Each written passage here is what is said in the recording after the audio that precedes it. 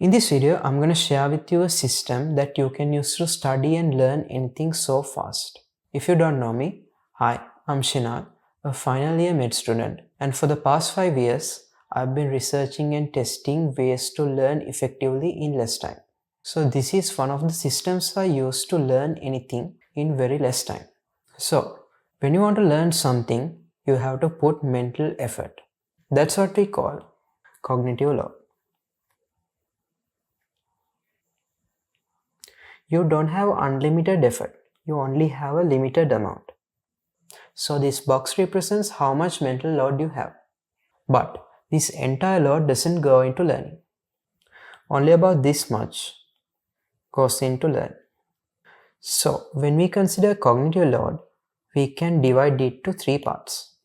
The first is the extraneous load. The second is the intrinsic load. And the third one is the germane load. This germane load is a good one. This is the load you need to learn effectively. So, to learn anything fast, we need to increase this germane load and reduce this extraneous and intrinsic load. That's because when we are learning something, we have to be in the optimal cognitive load level. We have to be in this level. So due to certain factors, if the extraneous or intrinsic load goes up, we go into cognitive overload. So to prevent going into cognitive overload, what we have to do is to reduce intrinsic and extraneous cognitive loads. When we are in this optimal zone, we learn the fastest.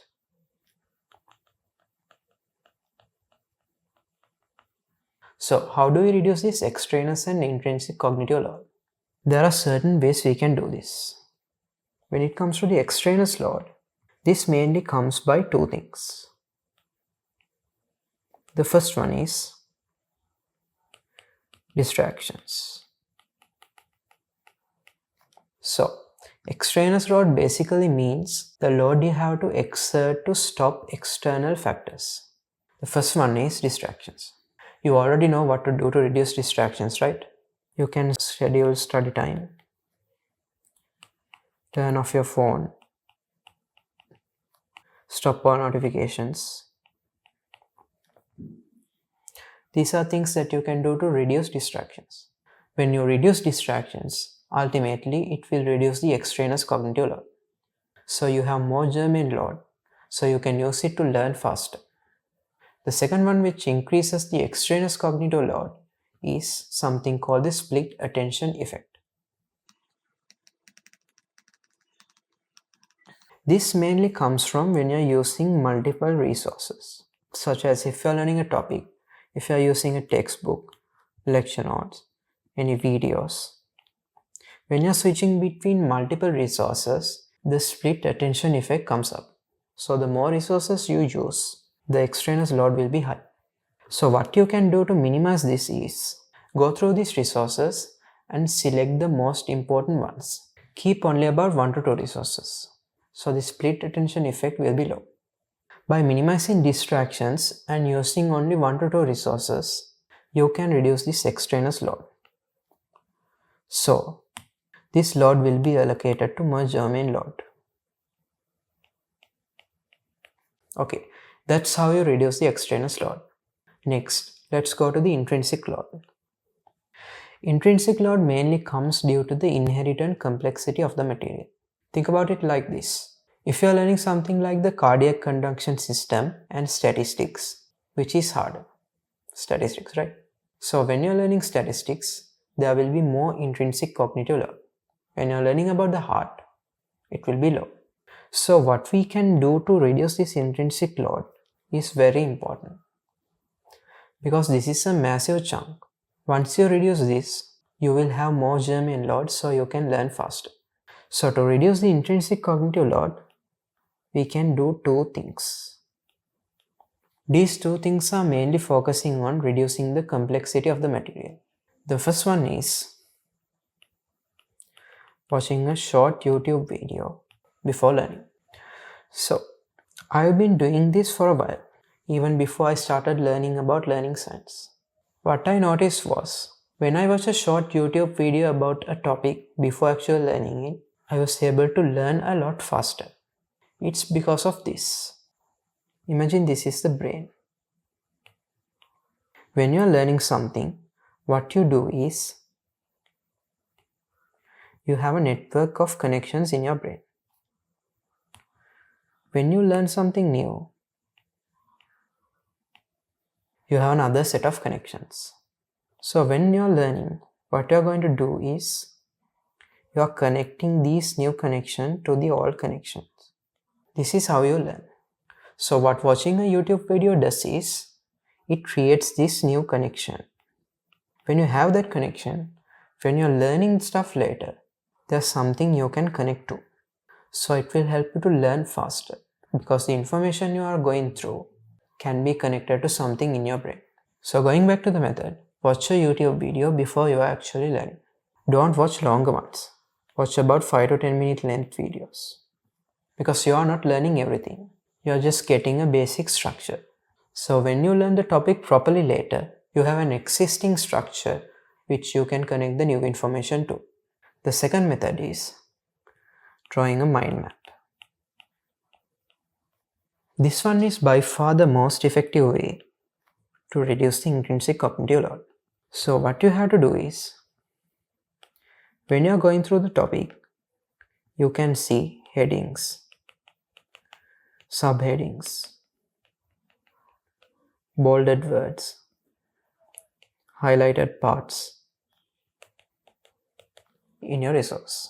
So what you have to do is, make a list of those parts, then draw a mind map thinking how you can connect these keywords together.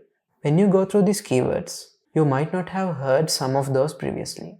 So in that case, what you have to do is, do a 10-second Google search. You don't need to know everything about the word, you just need the basic meaning of the word. So 10-second Google search is enough. Don't dive in deeper. So extract the keywords. If you don't know the meaning of any of those keywords, do a 10-second Google search. Then draw a mind map thinking how would you connect those keywords. Now you have the basic outline of the topic. This is just like this. Now you have a basic structure. So when you read properly, you have something that you can connect to. Making these connections will help you to learn faster. Those are the two ways you can reduce intrinsic cognitive load. Once you reduce intrinsic cognitive load, you have more cognitive load to spend on the germane load, which is the load that will help you to learn.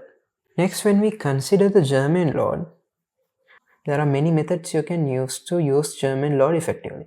I'm not going to talk about everything in this video. You can subscribe to my channel to see more effective learning methods.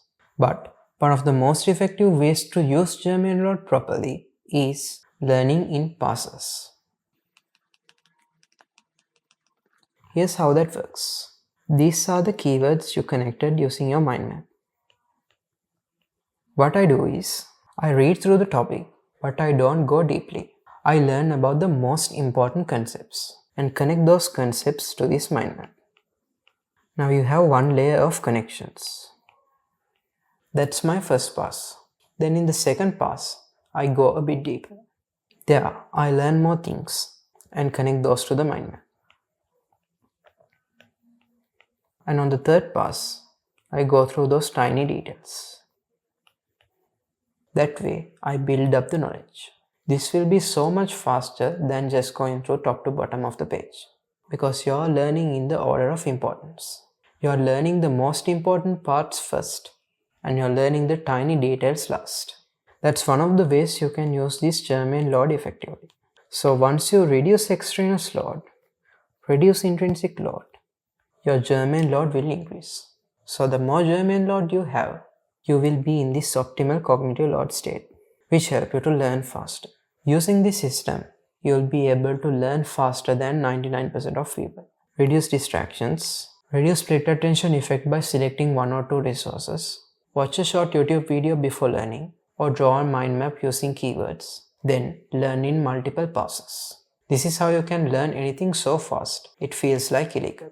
There's another system that you can use to remember everything you read. I made a video on that. Watch it here next.